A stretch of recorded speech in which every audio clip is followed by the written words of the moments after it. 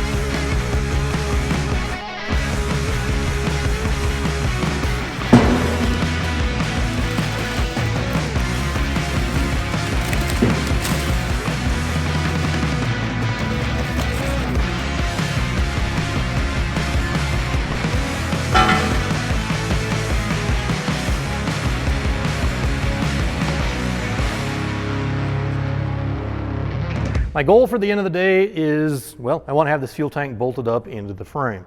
This is a tank from DB Rods. It is a 26-gallon tank, I believe, and I know he told me he made two different sizes, John, over at DB Rods. He has a 20-gallon, I think, and a 26-gallon. And because this truck is probably going to do some drag and drive events, it does have a big block in it, it's going to be thirsty, I wanted the bigger fuel tank. Now, obviously, it's not going to fit in between those two cross members. You already saw me chop out that guy there, the spare tire cross member that had kind of a bend in it. And we could bolt the tank up just like this. It should fit fine. All you do is drill a couple of holes in the bottom here and, you know, kind of bolt it to the bottom of the frame rail like so. But I want to retain the factory 2 cross member design because I think it gives us plenty of strength. Probably overkill. We don't necessarily need that strength, but I want to do it. So the tank needs to move ahead.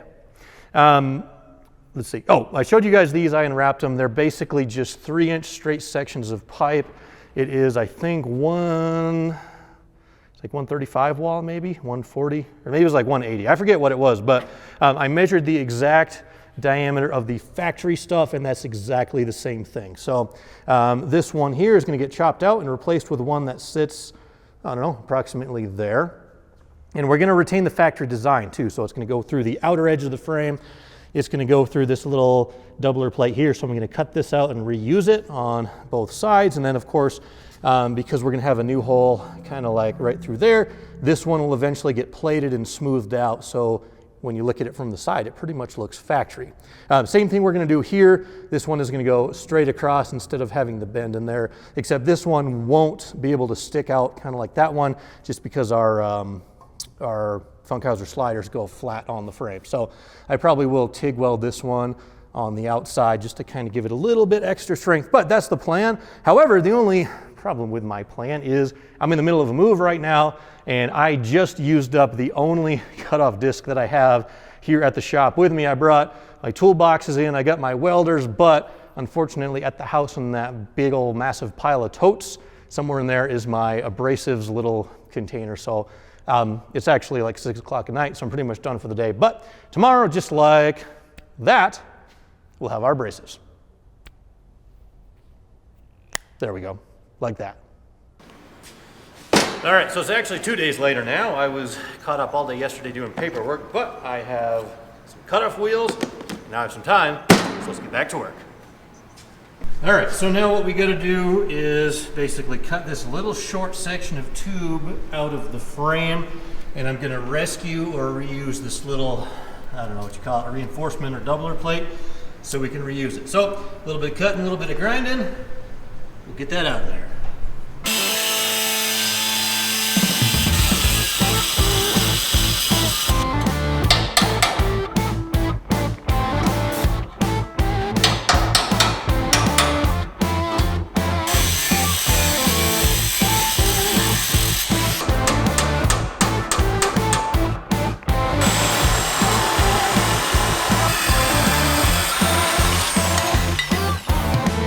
So now we get that half out, all I gotta do is like grind that middle circle out, the old pipe, and then get rid of that. We're in business.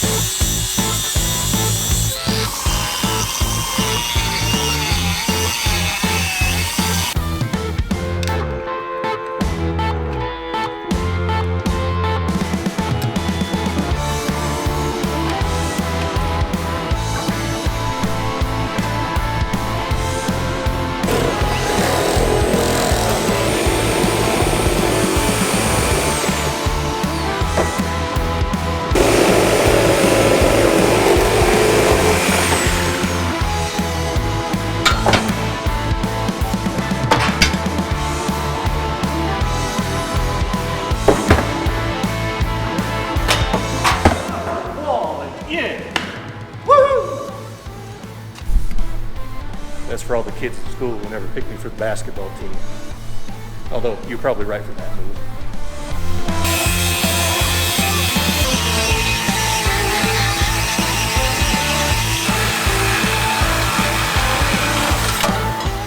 Hey, look at that. Success.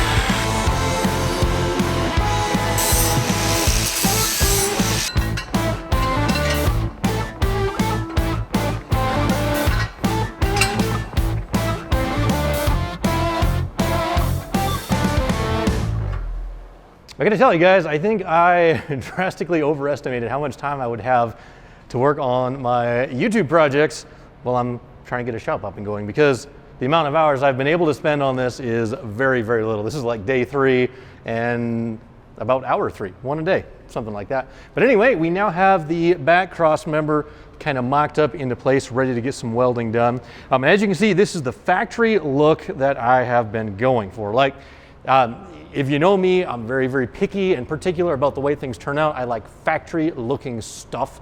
And I would actually have these stick out just a little bit more, kind of like that, if it were not for the fact that my spring sliders need to mount flush up against the frame. But when I move this one, we're gonna mimic that exactly. So yeah, we have the new straight shot of tube in there. If you remember, the old one had a big funky kink in it. So this will give us room for our fuel tank, sort of, when we move that one. So we're gonna have to duplicate the same exact process there. But basically, this is what we did. We took these little brace pieces, we cut them out, we cleaned them up, and now those are going to be ready to slide right in there. Except now, instead of, like they welded theirs on the outside, instead of doing that, I'm going to weld these on the inside with those kind of slid back. I'll weld all the way around. Then we'll slide this guy in place like so.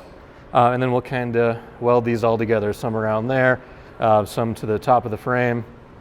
I think you kind of get the picture. We're going to be trying out the brand new, or new to me, MIG welder. I've been using Forney stuff for the last little while. They make pretty decent products, but I want to try a different MIG machine, and it just so happened that my new shop came with a MIG welder. This is a Millermatic 210, pretty beefy unit here. We used to have one of these back at Truck Tech ages ago, so I'm curious and excited to get back on this one, and maybe my MIG welding will improve a little bit. I don't know, but anyway, let's get to it. Let's get burning some metal.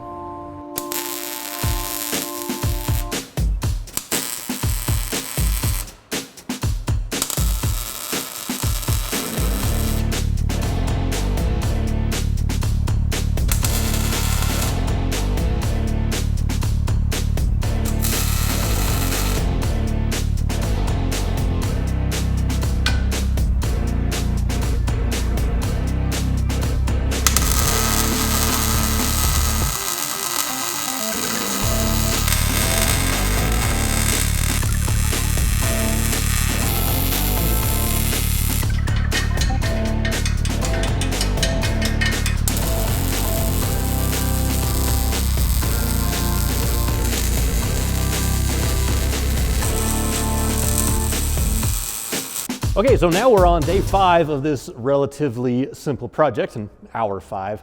And now we have the back cross member fully like burned in, welded in. I even smoothed out the ends just because, remember, the Funkhauser slider's attached flush here and we can't have the little bump out there. But this one, when we move it, is going to look exactly like factory. So yeah, we're about halfway done. I think this cross member is a little bit thicker even than what the factory one was, and I think we can have this also double up as our parachute mount, because yeah, we're gonna need a parachute on this bad boy at some point, maybe in like 10 years or so by the time we actually get around to getting this project finished. But hey, progress is progress, and I promise by the end of this video, no matter how many days it takes me, I am going to get that fuel tank mounted in between here. Love the Millermatic 210, 211? No, 210. Love the welder. Welds much better than what I was using before. I also wanted to give you guys a couple of shop updates, just because I figured you ought to come along for the journey of getting into this building and some of the other stuff that we have to do. I have been buried in paperwork and phone calls and catching up on a whole bunch of stuff, but 2 or 3 things that I've had to do. Number 1, this lift right here had a massive leak on the cylinder on this side, so we had the cylinder pulled out, sent off to get rebuilt, and they brought it back in. Down there on that end of the shop, I should have pointed this out earlier, the air compressor, we got to get that guy serviced. The last time it had its oil changed was in 2014. Yeah, way too long. And then something very, very important, but very simple. And this won't be gross, I promise, but we are going into the bathroom. We now have, thanks to my brother-in-law Tommy, we have a toilet that will actually flush. Check this out. Like, yeah, that's a pretty simple thing, but the toilets were busted when we got in here. No idea how the previous tenants used this space, but toilet did not work. I also had to go buy like some paper towels, because every single paper towel dispenser in this place was empty. So the shop sink here, we've got paper towels in it. We've got some soap. I got to figure out that. The bathroom in the office also did not flush. So that was kind of a head scratcher. But anyway, yeah, that's just kind of one of the joys of getting into a kind of pretty much unoccupied building. We're getting all the equipment up and running. I do believe I have one technician who is going to come on board here in a couple of weeks. And in the very near future, hopefully, we'll have another one. Also, we have a couple jobs I'm trying to get lined up. There's a lot of people who have emailed about custom work, trying to get back to everybody. And then, of course, all just the, this is a repair shop, so just the regular everyday brake jobs and stuff like that. We're trying to get rolling again. We're bringing the business back from the dead, and I'm trying to make YouTube videos along the way. So let's get back to that, because that's much more fun.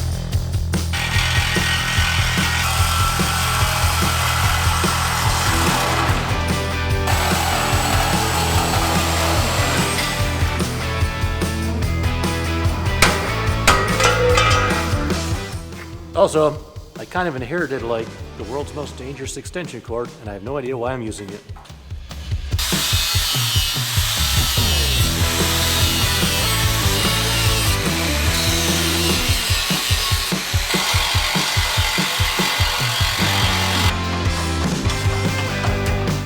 Comes right out.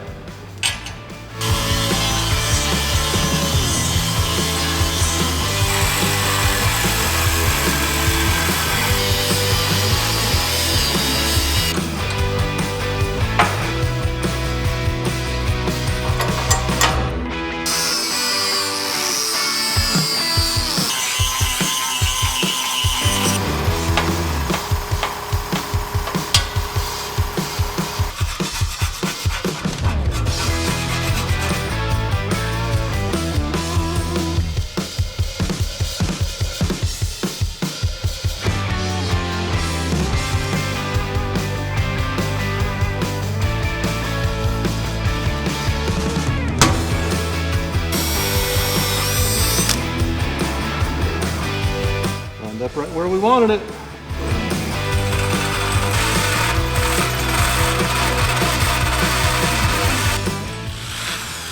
That can't be good.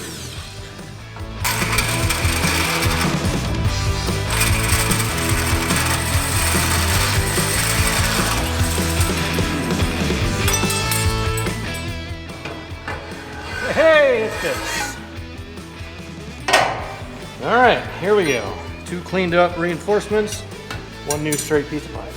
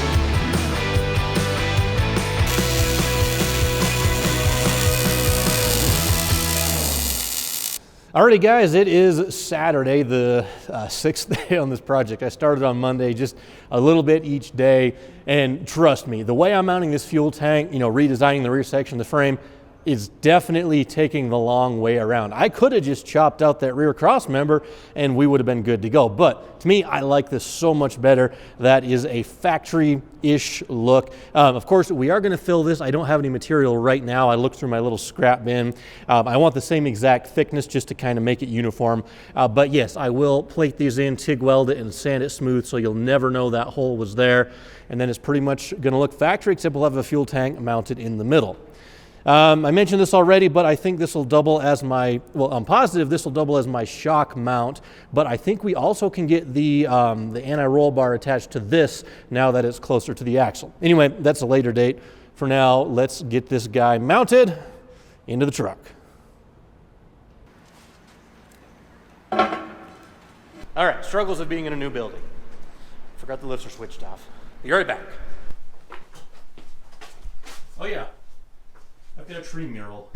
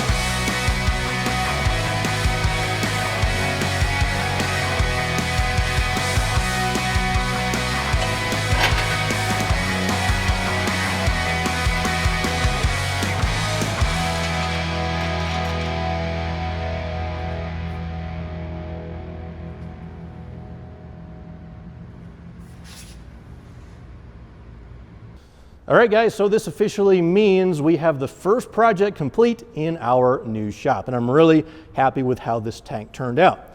Now, you guys probably, if you've seen the channel, you know I like to do things a particular way, and my particular way usually takes a lot longer than the easy way. Not that there's anything wrong with that. We could have easily mounted this fuel tank and just set it back and got rid of that cross member, but my thought process is, well, number one, we have a cross member for protection, like let's say we ever get rear-ended. That'll help protect the fuel tank. Number two, we have a spot to mount our parachute from, which that is actually pretty beefy.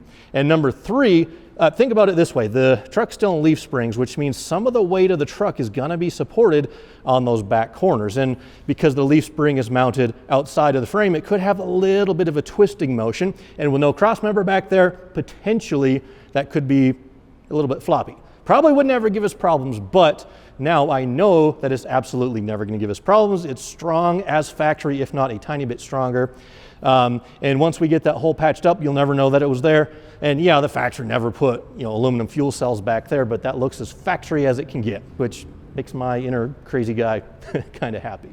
The only drawback to doing it this way is you see these bolt holes right here. That's where the bed mounts, and there's that bed rib. As you can kind of see, it's going to interfere with this retaining ring that holds the fuel pump in place. So all I'm going to do is just kind of make a little bit of a C-notch, just like you would do in a frame. Just do a little bit of a C-notch on that last bed rib, weld it all up, and it'll look pretty decent underneath there. And that's what we got to do. That's part of the compromise of having this cross member here. So I'm happy with that. Oh, by the way, the tank's from DB Rods. I'm pretty sure I said that, but if you need a fuel cell for your Silverado, check him out. He's down in Texas. His info is a little bit hard to find, but look him up. He's out there. Anyway, that's this project complete. One more good piece of information. I mentioned earlier hiring somebody. We actually have our first technician hired, and he'll start in about 2 weeks, which is pretty awesome. And we'll have more coming on board as we get things up and running. I'm going to try to tell you guys the whole story of this shop getting up and running from basically an abandoned business. Over the next couple of weeks, we'll kind of just check in as we do our own projects. Thank you guys for watching. I appreciate it. Come back soon. We'll be working on something fun.